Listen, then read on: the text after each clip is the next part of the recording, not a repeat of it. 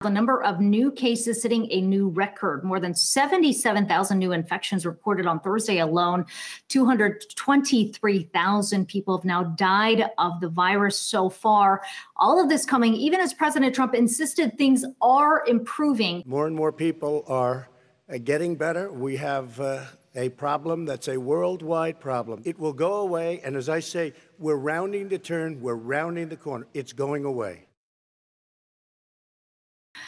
Let's bring in Dr. Kanika Monga. She is a rheumatologist in Houston, Texas. And Dr. Monga, it's great to have you on today. You are in an area that has seen that uptick more recently. You point out the 7-day average of cases have risen more than 40% statewide this month.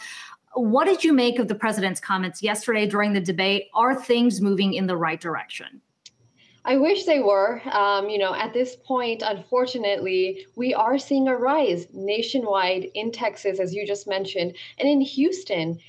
This week alone, on the 21st, they reported 855 new cases per day. And comparing that to last week, the cases were just 497 per day. So I don't think this is rounding the corner. I think we need to be worried. The outlook is bleak unless we continue to take precautions. Let me ask you a question we've been asking a lot of our doctors on the show, which is what you're seeing differently this time around. Houston, of course, saw a big spike in the early part of the pandemic. Now you're seeing another wave of infections. How is it different this time around?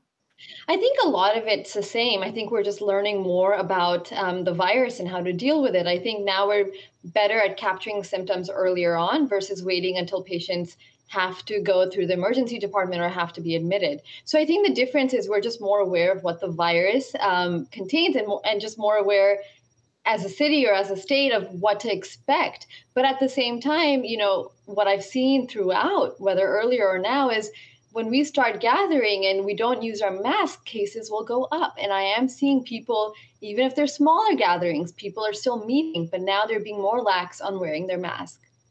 We did get some good news on the treatment front. The FDA approving Gilead's remdesivir as a treatment. We've heard the president, of course, talk about this because he was treated with that as well. This argument here that it helps shorten recovery time for hospitalized patients. How effective do you find this treatment? And what does this mean ultimately where you are in your ability to respond to these new upticks?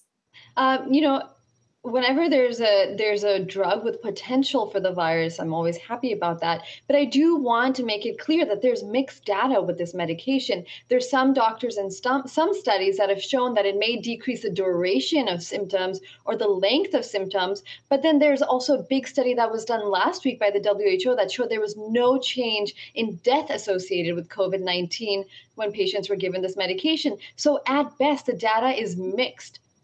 I don't think this will change much for our patients. At the end of the day, we still don't know which type of patient would benefit.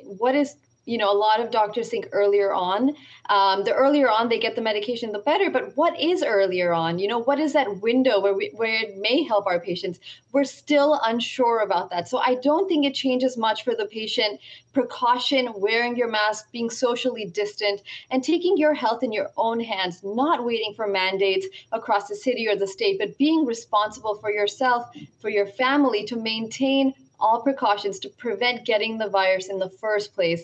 This medication, even though it's approved, is not life-changing. This is not a cure. There's no cure for COVID-19 yet.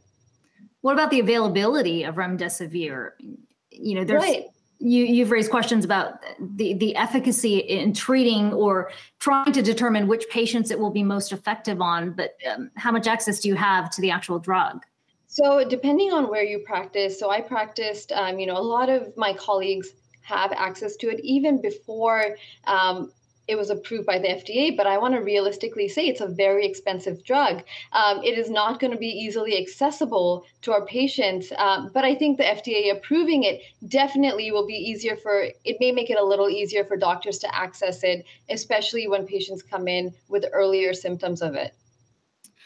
You talked about there being no cure for the virus right now, but we did hear from Dr. Anthony Fauci in an interview earlier today saying that he expects a widespread vaccine several months into 2021. How realistic do you think that timeline is? And does that change anything in terms of your planning over the next few months as you anticipate more and more cases? So the vaccination would be a great thing for this pandemic, right? Of course, it's going to be very useful for our patients.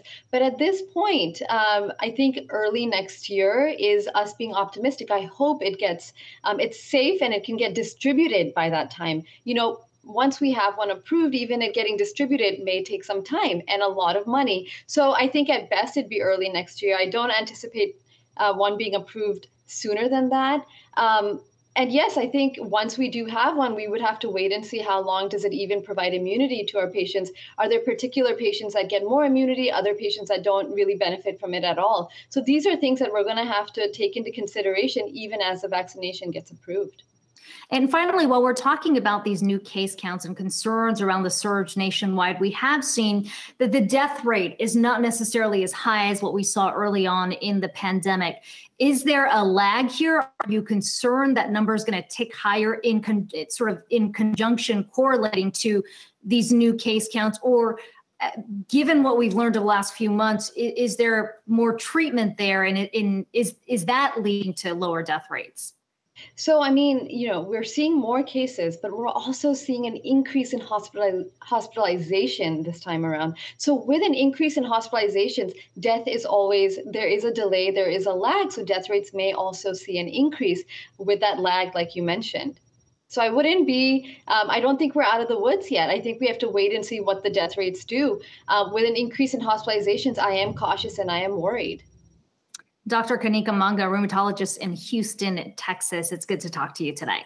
Thank you. Hey investors, Zach Guzman here. Are you interested in learning more about the markets and getting the latest financial news? Well, then click right here to subscribe to our Yahoo Finance YouTube channel. Get the latest up-to-the-minute market analysis, big interviews in the world of finance, and information on how to manage your money every day wherever you are.